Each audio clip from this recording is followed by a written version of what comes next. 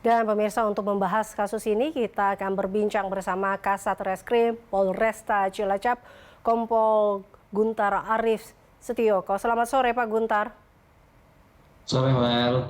Ya, Pak Guntar, polisi menyebutkan bahwa penganiayaan dipicu pelaku yang menjadi ketua geng ini tidak terima karena korban bergabung dengan geng lainnya. Ini bisa dijelaskan terkait dengan hal ini, sebenarnya seperti apa, Pak?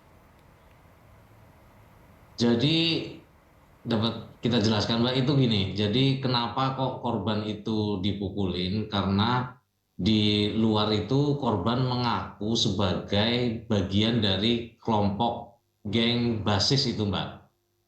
Jadi karena dia ngaku-ngaku di luar, kemudian dari kelompok itu tidak terima sehingga korban ini dijemput dan dibawa ke lapangan voli itu, Mbak. Kemudian di situ dia dipukuli, Mbak.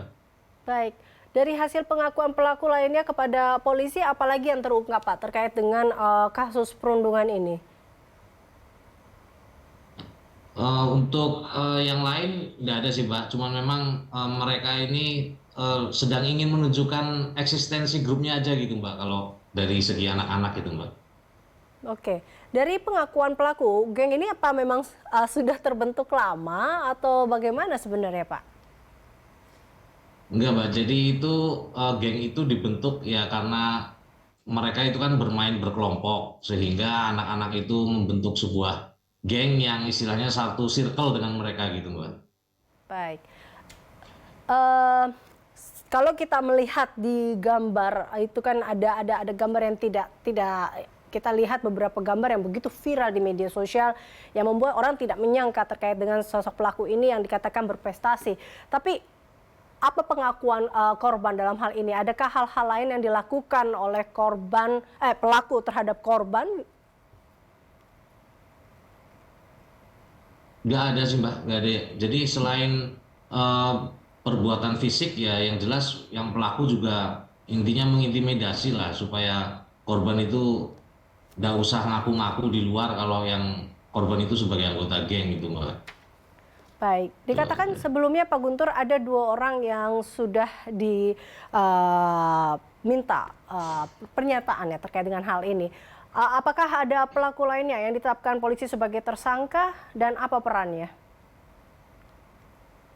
Sementara ini dari hasil pemeriksaan udah ditetapkan 2 tersangka, Mbak. Itu yang apa melakukan pemukulan kekerasan yang ada di video itu. Dan sementara juga kami masih dalami keterlibatan nanti mungkin ada apa beberapa yang lain. Nanti kita analisa dulu, Mbak, apakah itu nanti ada unsur pidananya atau tidak. Baik, sejauh ini kalau kita melihat dari anak yang masih di bawah umur, apakah dengan karakteristiknya seperti ini adakah polisi bagaimana tentunya menangani kasus ini? Akankah bekerja sama dengan pihak lain juga?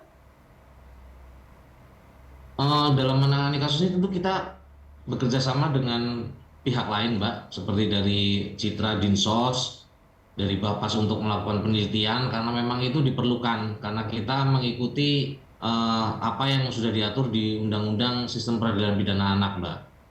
Baik, Tentunya kita melibatkan pihak lain. baik. Karena ini anak-anaknya di bawah umur bisa dikatakan seperti itu ya Pak Guntur? Ya, Mbak, betul. Baik. Sejauh ini dari hasil penyelidikan polisi bagaimana tentunya karakter pelaku dan korban di sekolah, Pak? Kalau untuk karakter yang bersangkutan di sekolah tuh biasa, Mbak, biasa. Cuman memang dari pendalaman pemeriksaan itu pergaulan di luar sekolah itu, Mbak, yang bikin jadi mereka itu muncul kenakalan-kenakalan remajanya itu di luar, Mbak, pergaulan di luar. Baik, Pak Guntar, terima kasih tentunya telah bergabung bersama kami. Pemirsa, demikian perbincangan kami bersama dengan Kasat Reskrim Polresta Cilacap, Kompol Guntar Arif Setioko.